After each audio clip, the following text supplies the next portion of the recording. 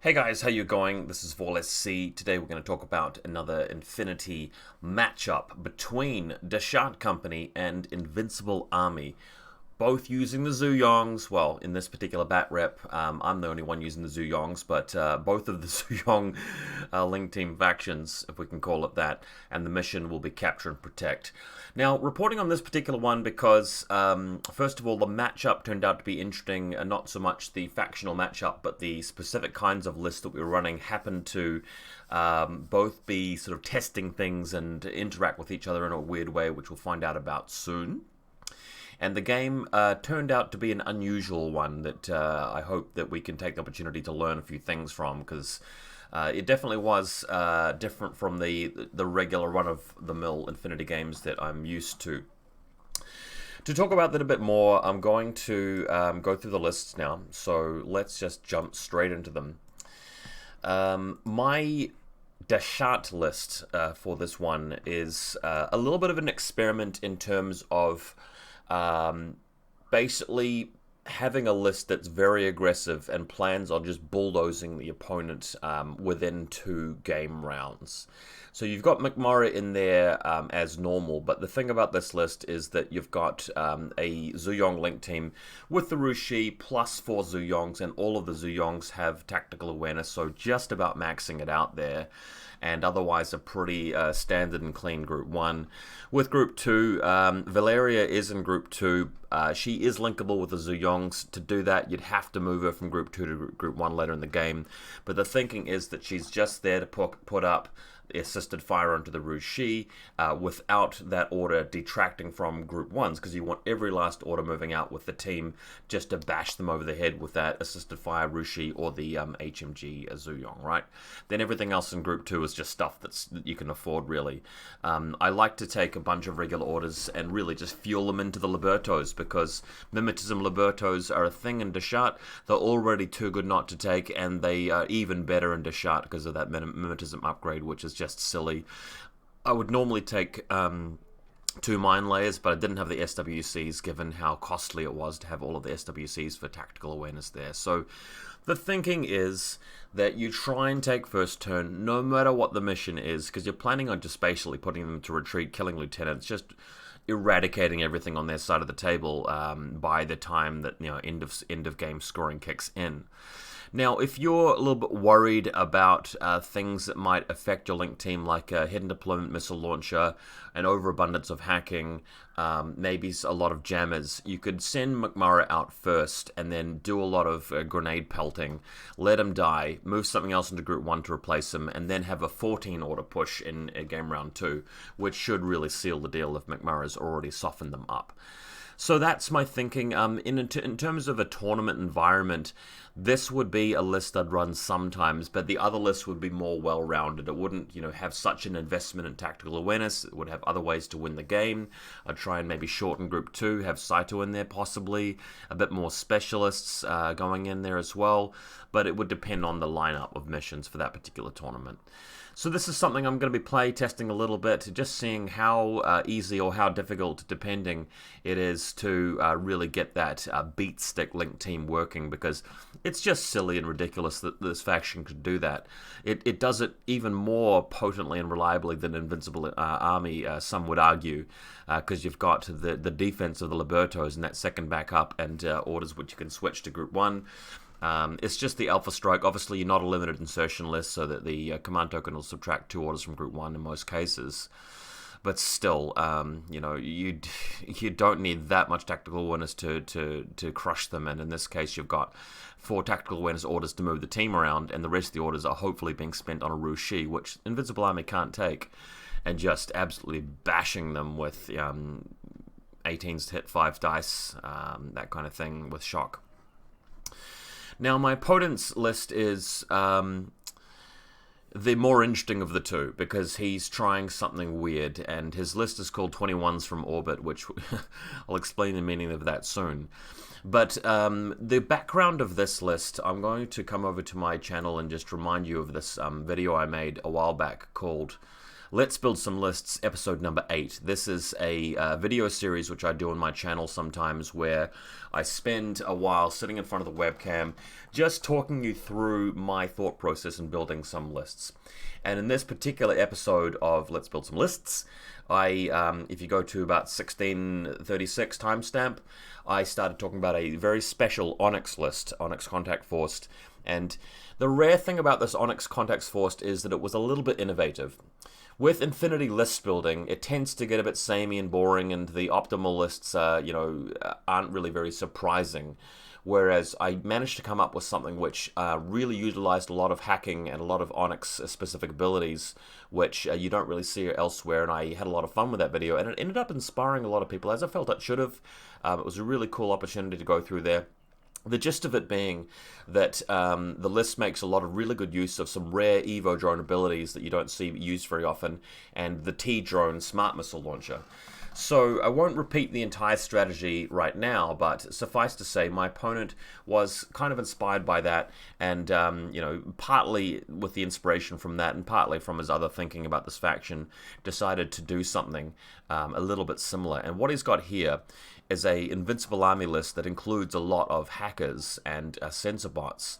But more importantly, he takes the smart missile launcher idea one step further. So the first step is that if you've got a reliable way of putting something into targeted state, you rain down the missiles very reliably. And what he's doing with this faction, why he's chosen Invincible Army here, presumably, is that in this faction you can put the smart missile launcher into the link team and get the +3 burst for shooting, which I assume works with your smart missiles. Now, the other thing he's doing differently than I do with the Onyx list, and again, if you haven't watched that Onyx video, please check it out. But what he's doing differently here is that instead of using the pitcher to fire the repeaters next to enemy lines and use Spotlight, he's going to be doing it with Satlock, which is, again, a fairly rare ability. So he's got a Weibing Yaokong in each group, 2 sensor bots, and he's got Flash Pulse bots, which can move out, and plant sniffers, which can be used as a fulcrum for effectively like a repeater for your Satlocks.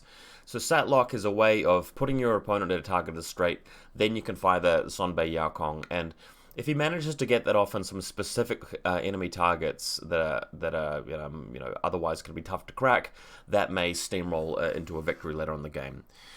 Problem is, though, that there's not too much else there that can reach out and touch. You've got Rushi and there's the Lu Duan.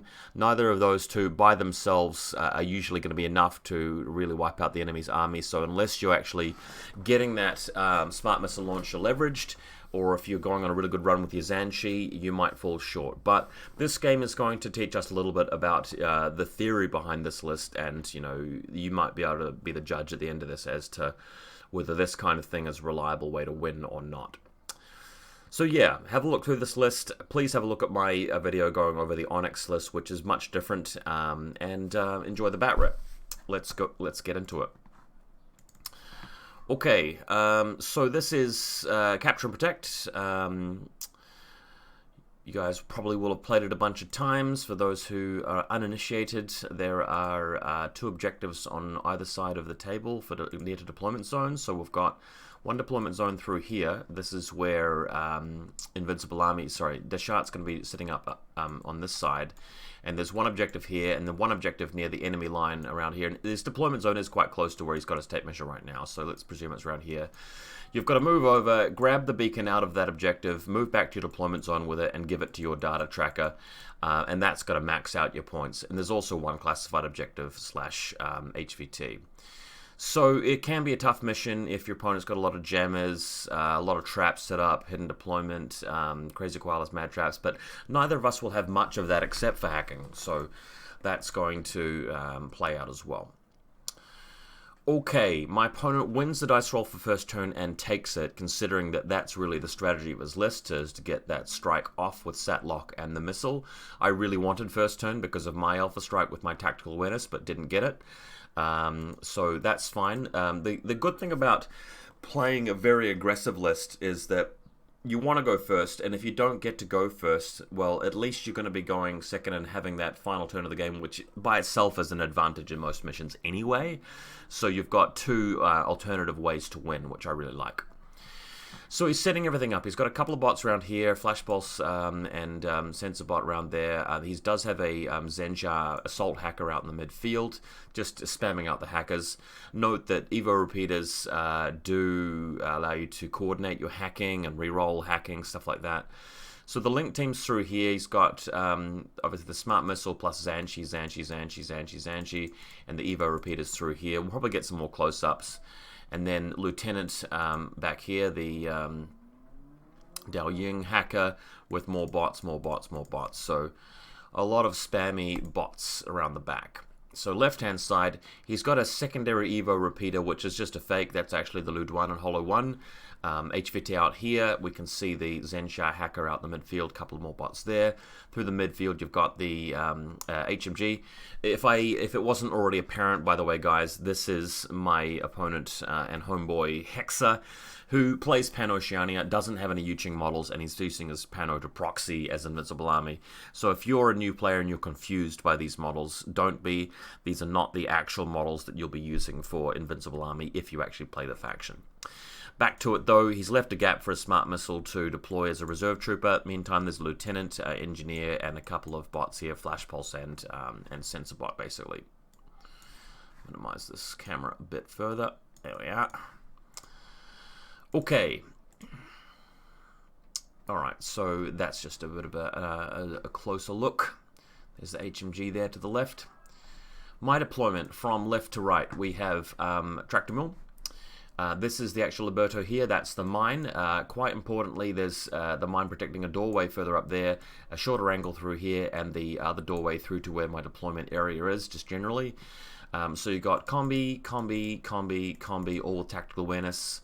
Sorry, this is the heavy machine gun, that's the other combi, and that's the link leader there with the Rushi at the back behind this total cover. Doctor nearby to where the HMG is, because that's best place for it to function. This HVT hasn't been deployed yet, so just ignore that. Then, towards the middle, so you saw where the link team was through there. There's another Liberto over here. That's the one that does not have mine layer. Valeria by herself out here, just hanging out front. Lieutenant at the back. Was really worried about illusioning this game, but that didn't eventuate. There's also Tractor Mill here, a Dozer over here, near to the position of the Rushi, so that will be important also, because he may need to revive it. Extreme right-hand flank, we've got the Palbot guy for the engineer. Figured may as well hang out near to the Flash Pulse spots on the right-hand flank, just in case one of them goes down, and I can leverage that to repair it. In a lot of other cases, the Dozer is sort of hanging out nearby to the link team, and he's got his Palbot on the other side of them, just because the Rushi may reposition in some way. So there is that. It also makes a handy spotter, so if your opponent lands a drop trooper at the back and your little Palbot's watching, you can declare an alert or something like that. So overview of the battlefield. You can see Zanshi link team, sorry, the Zuyong link team generally around here, the Zanshi link team generally around here, and his Rushi, I believe, is the reserve trooper, somewhere around, can't remember where he actually placed it. I think the Smart Missile Bot or the Rushi was the, for the life of me, I can't remember. So there's the Smart Missile Launcher, and McMurray is, of course, our reserve trooper, hanging out prone near to the position of Valeria. That will help defend her, but also, quite importantly, he's defending the objective. So if my opponent makes a mad dash to it, a rush towards it, at least they'll have one model to help defend. I'm not too worried about my opponent spending his entire first turn grabbing the objective, though, because then he won't do any damage, and I'll just move out and just blast him with my, 3 remaining turns. Data Tracker is going to be one of my Zuyongs, and on his side it will be one of his boys, one of the Zanshis, if I recall correctly. So we're moving out now with this Flash Pulse bot. It is going to head towards my line and attempt to place a sniffer. We're also having a look over here. Yep, that's the Data Tracker going down on the Zanshi. So Flash Pulse bot moving out to a spot where it won't quite come in range of the mine just yet. And the plan is to get him into the spot right here, then spend a fresh order to move over here where it will sacrifice and be killed, and plant a sniffer around there, allowing him to sat lock onto one of my Link Team models from its zone of control range, and then start pelting me with the amazing missiles. So, just before the mine goes off, we have the little bot over here, and it uses the sensor ability because it's already placed a sniffer close to that position. So sensor goes off, reveals the Liberto in the mine. Then he decides to move out with his Rushi in the other order group before doing anything. So Rushi now moving out, represented by a Bulleteer, and gains the enhanced reaction. This is meant to be assisted fire from the Lieutenant, which you can see over there, who will re-camo later in the turn. Rushi moves around until it can actually see McMurra. So Rushi pretty good at taking out a guy like McMurra because she's got MSV2. That inflicts a wound on McMurra, who then uses the guts, failed guts, to move back over here to a state of total cover. So the Rushi can continue charging around here to get me. I don't really mind that if he trades his Rushi and the entire Alpha Strike turn to kill a couple of guys. Bear in mind, my backup plan is just to simply hold on to as many units as I can for the entire game, move out in turn 3, and just grab the objective. So that's one plan as well.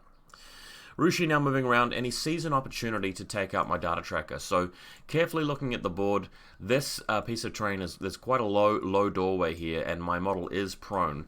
But once the Rushi does get close enough to the wall, it will just barely use its silhouette to see over the lip of this door frame and get line of sight to the Zuyong.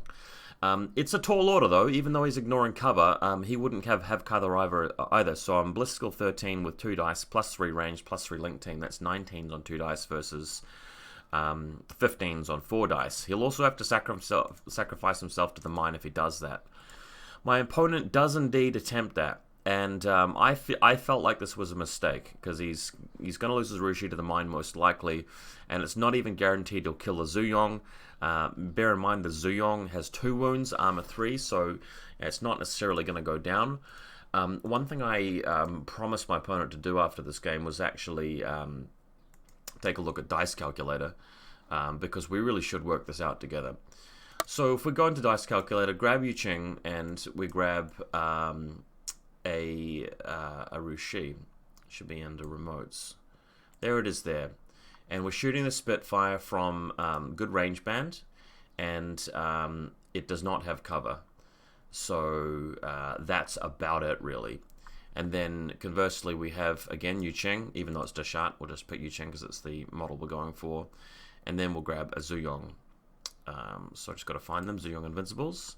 It's firing back with a combi rifle. It will be in the correct range band. It will have a link team, so plus 5.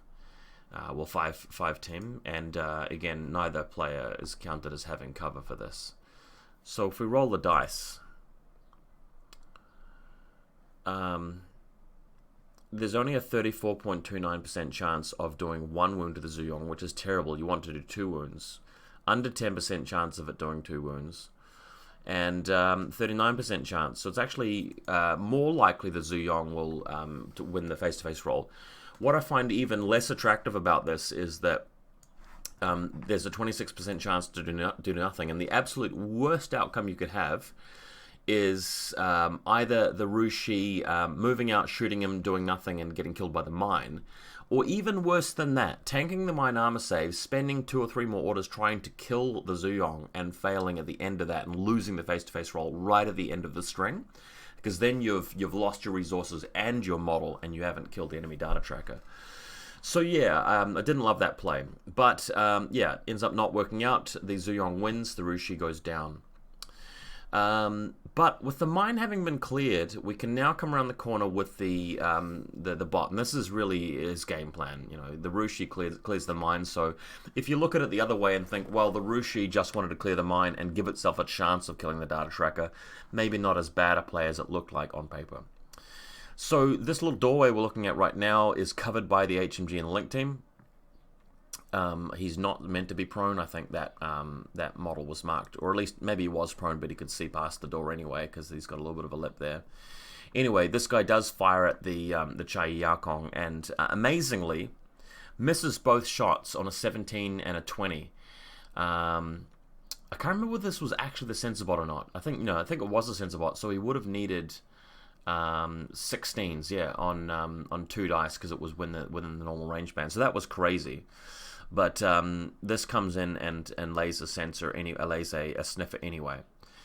That does allow him to start attempting the sat lock, and as you can see, he's measuring the 8-inch range, which is just barely in range of the Zuyong at the back, who's the link leader, and is nearby enough to the Rushi. So, amazing outcome here. He's going to be able to fire his missile bot onto my Rushi and my Zuyong, and hopefully take them both out in his turn.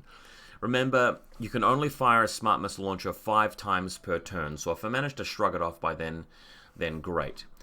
We also have to bear in mind that I have Valeria on the field who can declare a U-turn hacking program in response to the smart missile being used. So we're talking ballistic skill 12, plus 3 for being in a link team, so that's 15, plus 6 for firing at a smart missile at a targeted thing, so that's ballistic skill 21, which is why his list is called, what was it, 21s from orbit.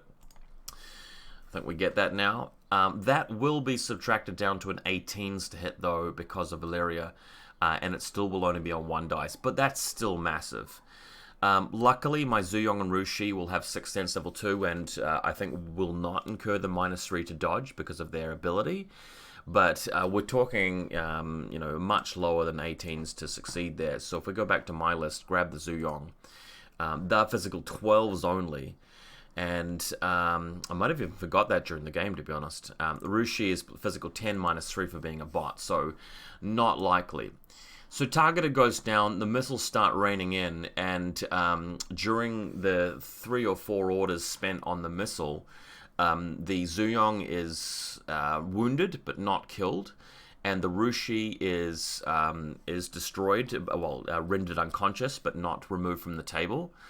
And my opponent ends up with like 2 orders left, and he's looking at going, well, I can continue firing my last missile or 2 in the hopes that I win the face-to-face roll and he fails the armor saves, bearing in mind that you may not even kill a Rushi because you've got to do so many wounds to it before it gets engineered. Or he could do something about McMurray. And this is another thing which feels like a little bit of a mistake, but he decided to leave these guys alone. He'd got 1 Rushi unconscious, and then the Zuyong is just wounded.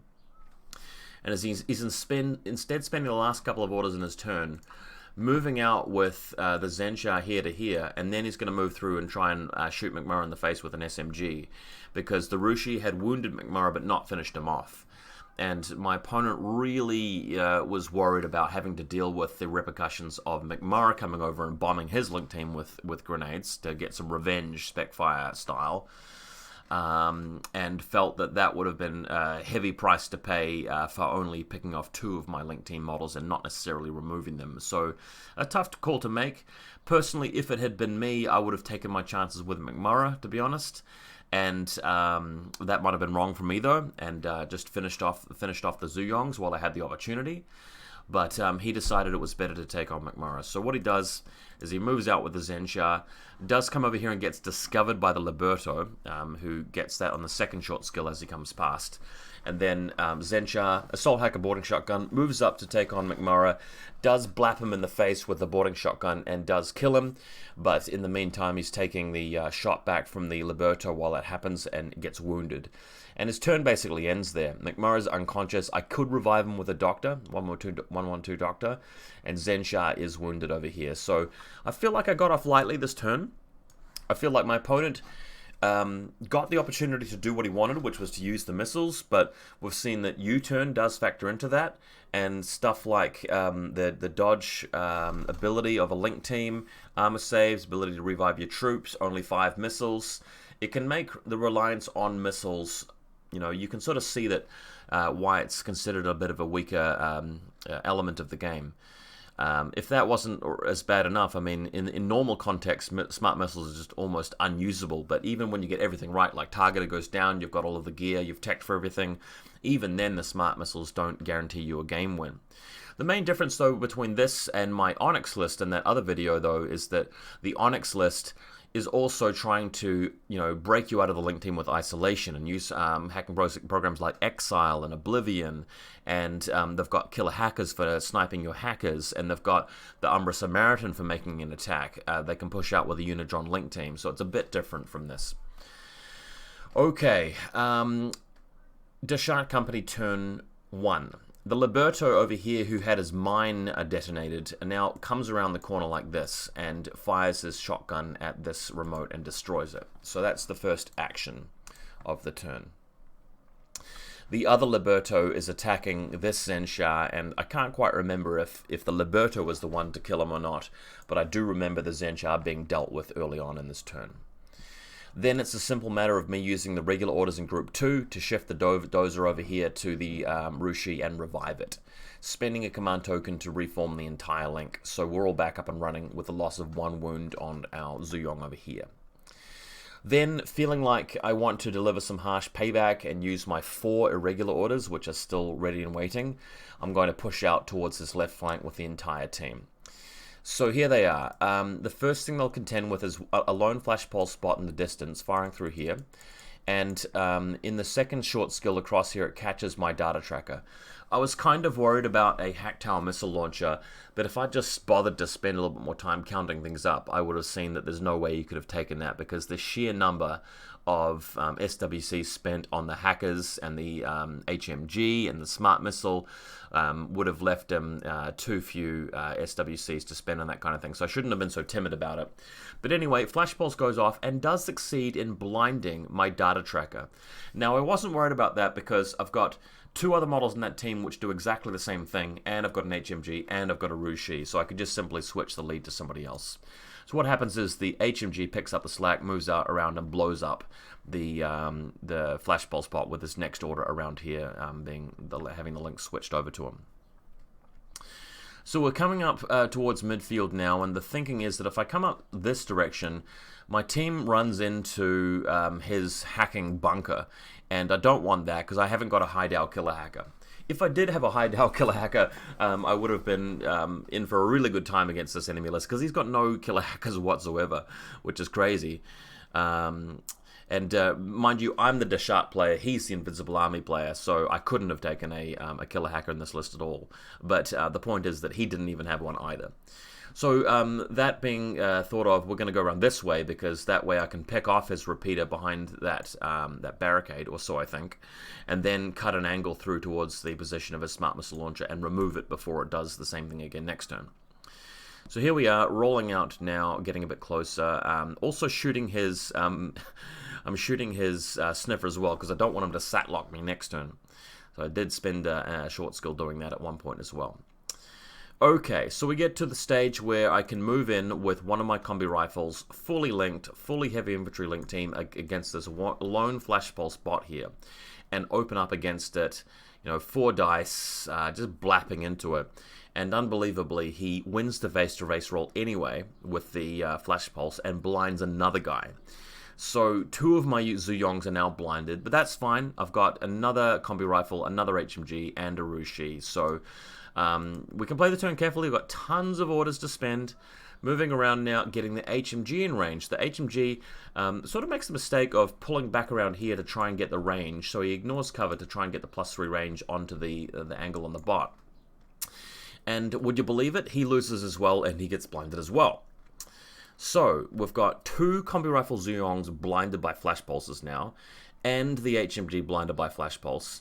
And we've only killed like 1 guy. Like we've shot like 1 flash pulse spot, and that's about it. And we've killed the Zanshi. So I'm thinking, okay, right. This time we're in for serious. I've taken this beautiful photo here of the Rushi. So the Rushi is going to move around. We do not have assisted fire because I've used all of Group 2's orders to revive the Rushi in the first place. Valeria doesn't have the resources she needs to put down assisted fire, but we move in the Rushi anyway and go in to blast this flash pulse spot before moving around to fire it as a link team over there with my Rushi. Or so I think, because the flash pulse spot wins the face-to-face roll again and blinds the Rushi. Wow, okay, so this model blinded, this model blinded, this model blinded, and this model blinded, which just really leaves me this one guy. And I'm just slapping my forehead going, what What game am I even playing here? I've got a fully linked heavy infantry team going up against one flash pulse bot, and admittedly another flash pulse bot earlier, but the same thing. And all of my guys are now blinded? Like, what the fuck? So after dilly-dallying around and dithering and thinking, well, what am I going to do? I thought, fuck it. Like, I've just been unlucky. I'm going to move the fifth guy. The fifth guy with a few orders left. As long as he gets the kill here, he's going to be able to move around and chop up a few more Zanshis, and I'm gonna have a massive lead. I don't really mind leaving my guys next to the hackers. Everybody in this list, in this link team, has got the deflector level 2, and that's another funny thing about this matchup, which is sort of what I alluded to when I introduced this video, is that he's gone for a list, incidentally, with a hacking strategy with tons of hackers, and I've gone for a list which has some hackable stuff, but the stuff that's hackable, is totally protected by the deflector level 2, and I've got the redundancy of happening to have 3 deflector level 2s in there, so thought I'd raise that point. Anyway, the final Zuyong goes through and shoots at the flash pulse and gets blinded again. No, I'm just kidding, he doesn't get blinded, he does win. So I think, finally, I got him. Shoots the flash pulse bot, and that allows me to just pick through around here and get to a point where I can fire at, I believe, his Zanshi HMG and take that out. Which is good, because I kind of needed to get rid of that, because otherwise he might have been able to whack me with it. So that's where we basically leave things. An atrocious turn, but we've got the Rushi, fully linked team, covering this alleyway here. So if he does poke out and tries to attack me, the Rushi has got a 5-man link backing him up, and my opponent is down to 4 people in his link because I've killed a Zanshi. I've also removed this flashball spot over here. I've taken out a Zenshawa. He's already lost a sensor bot and a Rushi, so hopefully he'll have fewer orders. I've got these 2 guys with combis just watching his deployment zone back there, and the other 2 just hanging back around here. And to be honest, if I just survive to the end of the game with a couple of these people intact, they can then push around through to where his objective is through the room there. But anyway, crazily inefficient turn. Just lastly, because I had a couple more orders left in Group 1, the Doctor moves over to try and revive McMurrah. Fails completely. McMurrah has no Q, and he is removed from the table. So that's where McMurrah was before this Doctor attempt happened. So yeah, capping out a pretty terrible turn 2. Turn 1. Game round 1. We're now moving to game round 2. Okay, so my opponent moving up with his other bot from back around there, and goes and places a sniffer. And this is fine because I shoot his bot, but he does get to satlock me again. So he does that, goes in for the satlock, puts down the satellite lock for targeting this particular Zuyong here, which will be my data tracker, which will mean that he'll be able to fire the smart missile again. Note that the smart missile launcher now loses another 3 points worth of ballistic skill because he's no longer a 5-man team. So we're hitting on 15s on 1 dice now to my dodging on 12s. But he still does manage to land some missiles on this data tracker here, and does in fact damage him, and I think kills him by the end of the turn with enough missiles rained down there from the targeted ability. It's also the link leader, so that is completely bashed. This guy goes unconscious. He puts targeting on the other Zuyong as well and attempts to missile him as well, before moving out with his smart missile and has a go at my Rushi. So with him being in a 4-man link, gaining assisted fire from this as well, firing at my Rushi, who does not have assisted fire, who's not linked at all because my link leader is dead. The smart missile does actually win this and pulverizes my Rushi, but doesn't remove him from the table. So a good bit of retaliation there from Invincible Army. We also have his lieutenant who is able to put assisted fire out there, but then he stands up with his engineer and attempts to attack my remaining Zuyong, who is not linked, but has cover over there, and tries to attack him, but I believe I managed to stave that off and dodge back here or something like that, or manage to win the face-to-face roll somehow. I can't quite remember. And that, I believe, brings it to Dashat turn 2. It gets very confusing, I know, because he's proxying his models.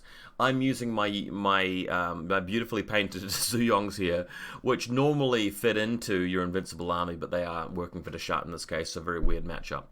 Anyway, spending a command token in my turn 2 to reform a 3-man link, pushing out now, using the combi rifle to eliminate his engineer. So that works. Then we're able to poke around and take on his smart missile bot, who has assisted fire, but he's not in the good range band. He's not backed up by 5 models, and my combi rifle is enough to pick him off. This is a bit risky, but given the way the game's been going, I figured I may as well take a few minor risks here, and that does pay off. And finally, you know, since I'm not facing that devil flash pulse bot anymore, the smart missile is taken down. I can then move back around and reposition some guys. So this is me trying to pick off more and more people, and that's about the extent of it with the combi rifle. And then they're simply running away and just pulling back and waiting the game out.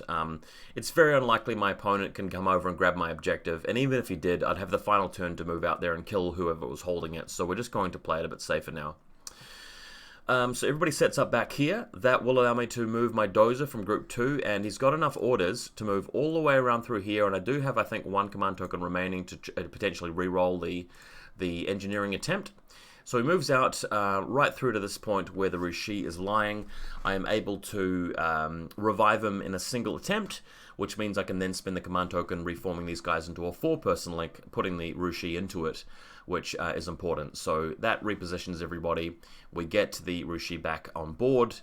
2 wounded Zuyongs. The HMG's covering this line of fire through here, and we're feeling good. Also repositioning one of the flash pulse spots on the right hand side of the table, coming on the lighter side of what I thought was an Evo repeater, but it turns out to be Lu Duan, who shoots me long range with his Mark 12. So that happens just as the flash pulse spot is repositioning. I do manage to survive though on this active turn. Righty, so my opponent, I believe, reforming a few things back here.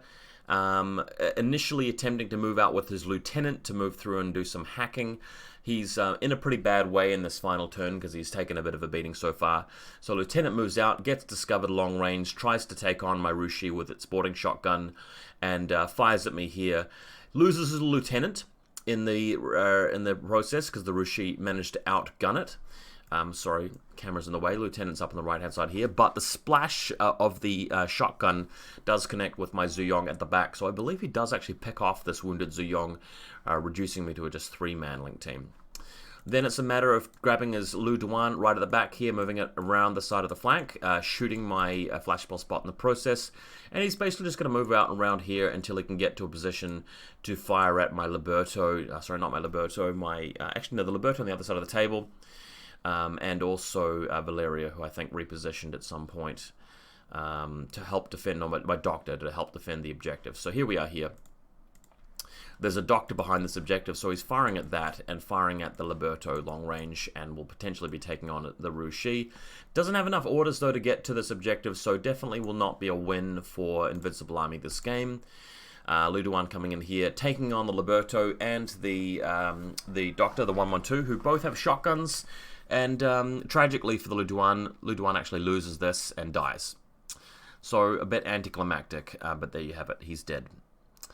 So that finally allows me to move out with my remaining team. I've got a couple of Zuyongs here and a Rushi, so they push out towards the midfield, and they're able to complete the net undermine classified objective, which is where you've got, I think, a veteran or elite trooper out in the enemy half of the table, pass a willpower check, and then move towards the objective. Despite the hacking nearby, they've got deflectors. They're able to make it in contact and grab the enemy objective. So Dashat Company grabbed the enemy beacon, not with the data tracker though, and completed 1 classified, and the enemy have completed nothing. So we've stopped the enemy from getting our beacon as well. So it's a pretty big victory here. But the more interesting thing was just to sort of see how these lists worked out. I didn't really get the chance to analyze my own list that well because I didn't get the first turn, no Alpha Strike.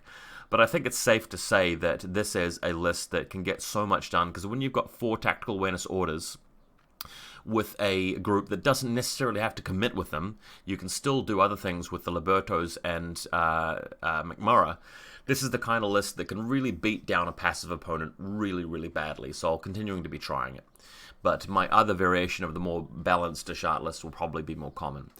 My opponent's list, I think you can sort of see how it's a bit unreliable to sort of use just the Rushi or the Luduan for gunning people down.